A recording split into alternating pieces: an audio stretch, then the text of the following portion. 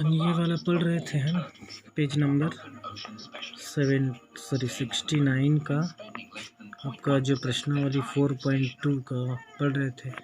तो ये बता दिया था मैं, ये वाला आज ये वाला कर लेते हैं, ठीक है।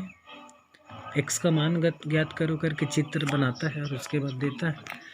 तो ऐसा करके अपने पास क्या है, एक वृत्त है ना, ऐसा, और उसमें कोण दिया है ऐसा, ये ऐसा,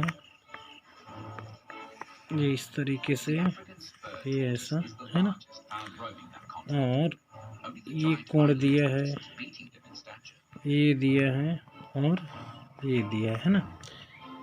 तो इसको एक को 2x दिया है, एक को 70 दिया है और एक को कितना दिया है, 50 दिया है। जो आपको पिछला वीडियो भेजा था उसमें ऐसी एक त्रिभुज बना के x का मान निकालो करके दिया गया था, उसको देखना। अब इस बार क्या दिया है, वृत्त दिया है और ये वृत्त के कोण का मान दिया है और x का मान निकालो बोला है। तो जैसे हम पिछला वाला प्रश्न बनाए थे जिसमें त्रिभुज के तीनों कोणों के 180 होता है, ऐसा करके बनाए थे, वैसे यहाँ भी अपन बनाएंगे कि हम जानते हैं कि क्या, कि जो वृत्त होता है उसके सभी कोणों का योग जो होता है वो कितना होता है, 360 होता है। इसमें नाम है, यहाँ A है, यहाँ B है और यहाँ C है। तो इस हिसाब से इसके भी कोणों को जोड़ेंगे तो 360 आएगा, है ना। मतलब ये 2x प्लस 50 प्लस 70 बराबर 360 होना चाहिए। ऐसा हम लोग वृत्त पाठ से जानते हैं जी, कि वृत्त के जो अंतः कोणों का योग है सबको जोड़ दोगे, वृत्त के जितने भी कोण बनेंगे उसका तो कितना होगा, 360। अब इसी को हल करना है आप लोगों को, है ना। तो अपन क्या करेंगे, ये समझ में आया, ये तो आगे होगा। ये देखो ये कोण बने हैं, इन सभी कोणों को जोड़ेंगे तो ना 360 के बराबर होगा। वृत्त का जो कोण होता है ना, वो 360 होता है टोटल मान। तो जो दिया है उसको जोड़। अब इसमें ना ये x का मान कितना होगा ये पूछा है, ये चर, इसका मान निकालना है।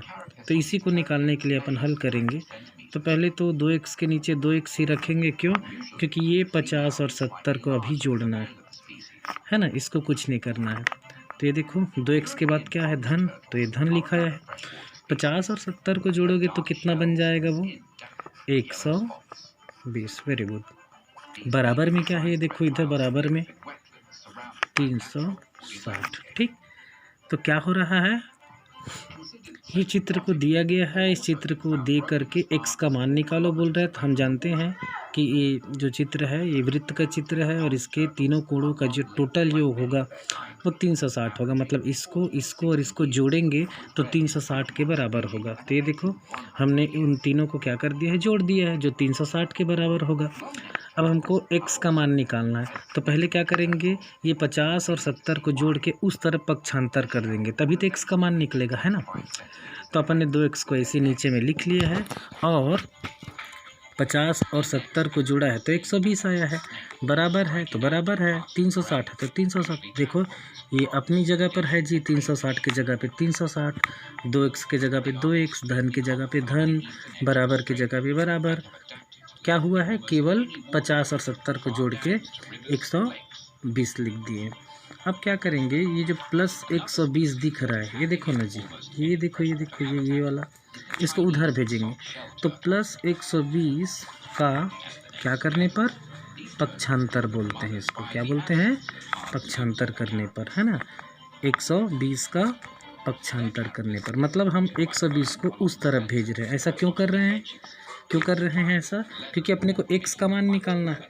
तो 2x के साथ फिलहाल कौन सा जुड़ा हुआ है, 120, तो पहले इसको उधर भेजेंगे, है ना। तब तो इस तरफ लेफ्ट साइड में x अकेला होगा।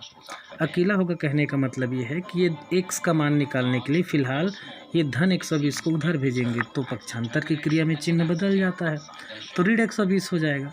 मतलब अभी भी ये 2x अपनी जगह पर 2x ही रहेगा। इस स्टेप के बाद ये आएगा, फिर धन है तो धन आएगा जी, फिर ये तो 120 को हम लोग उधर भेज चुके हैं, तो अब 2x के बाद ये 120 तो बाहर चला गया है उधर राइट साइड में, तो 2x के बाद क्या आया बराबर, ठीक है। बराबर के बाद क्या है 360 है, और ये 120 को इधर भेजे हैं जी, तो इस तरफ ना 120 धन में है, इस तरफ आएगा तो किस में हो जाएगा, ऋण में हो जाएगा, माइनस हो जाएगा।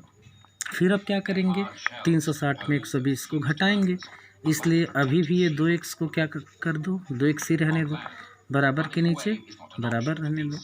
अब 360 में 120 घटेगा तो कितना आएगा, तो यहाँ घटा लो जी, 360 में 120 को घटा लो, है ना, 240, कितना आएगा 240, तो ये घटने के बाद आया 240, ठीक। अभी देखो इधर 2x है और इधर 240 है, अपने को किसका मान निकालना है, x का। तो x का मान निकालने के लिए क्या करना पड़ेगा, x को अकेला करना पड़ेगा लेफ्ट साइड में, इधर लेफ्ट साइड होता है बराबर के उस तरफ राइट साइड। इसको अकेला करने के लिए अपन ने क्या किया था 120 का पक्षांतर, लेकिन अब 2 का पक्षांतर नहीं कर सकते। 120 का पक्षांतर इसलिए हुआ क्योंकि वो 2x के साथ धन में जुड़ा हुआ था, जबकि यहाँ पर x का 2 जो है वो गुणक है, गुणक है मतलब उसके साथ गुणा हुआ है, इसलिए इसको हटाने के लिए पक्षांतर न करके अगर x का गुणा 2 है तो 2 का ही क्या कर देंगे दोनों तरफ भाग, 3 होता तो 3 का ही दोनों तरफ भाग कर देते, क्यों, क्योंकि ऐसे में 2 और 2 क्या हो गया, कट गया। अब इधर x क्या पड़ गया अकेला, और इधर 240 में किसका भाग हो रहा है, 240 में 2 का, तो भाग कर लो जी, 2 एकम 2, फिर 4 आएगा, नीचे 4 उतरेगा तो 2 दूने 4, फिर शून्य आएगा नीचे, है ना, 2 शून्य शून्य, यहीं से भी काट सकते हो, 2 एकम 2, 2 दूने 4, 2 शून्य, ऐसा करके तो ये आया कितना 120। तो ये देखो x का मान निकल गया, तब समझ में आया इस तरीके का काम क्यों कर रहे थे अपन, है ना, ये ऐसा काम क्यों कर रहे थे x का मान निकालने के लिए। तो x का मान कितना आया 120, ठीक है, क्लियर है। अगर आप इसको जांचना चाहो कि हमने जो बनाया है वो सही है कि नहीं है, तो अपन के पास कौन कौन से कोड है, एक कोड है क्या 50, एक कोड है क्या 70, और एक का कितना दिया है मान 2x दिया है ना। x का मान हमने कितना निकाला है 120 उत्तर में जी 120, तो x के जगह में क्या रख देंगे, जो उत्तर निकाले हैं 120, तो 120 दूनी कितना हो जाएगा 240 हो गया 240। तो एक का मान 50 था, एक का 70 था, और एक का कितना है 240। अब सबको जोड़ोगे ना तो कितना आना चाहिए 360। अगर 360 आता है तो आपने क्या बनाया है, सही बनाया है, ठीक। तो आप जोड़ के देखिए और फिर मुझे बताइए सही बना है कि गलत बना है, ठीक।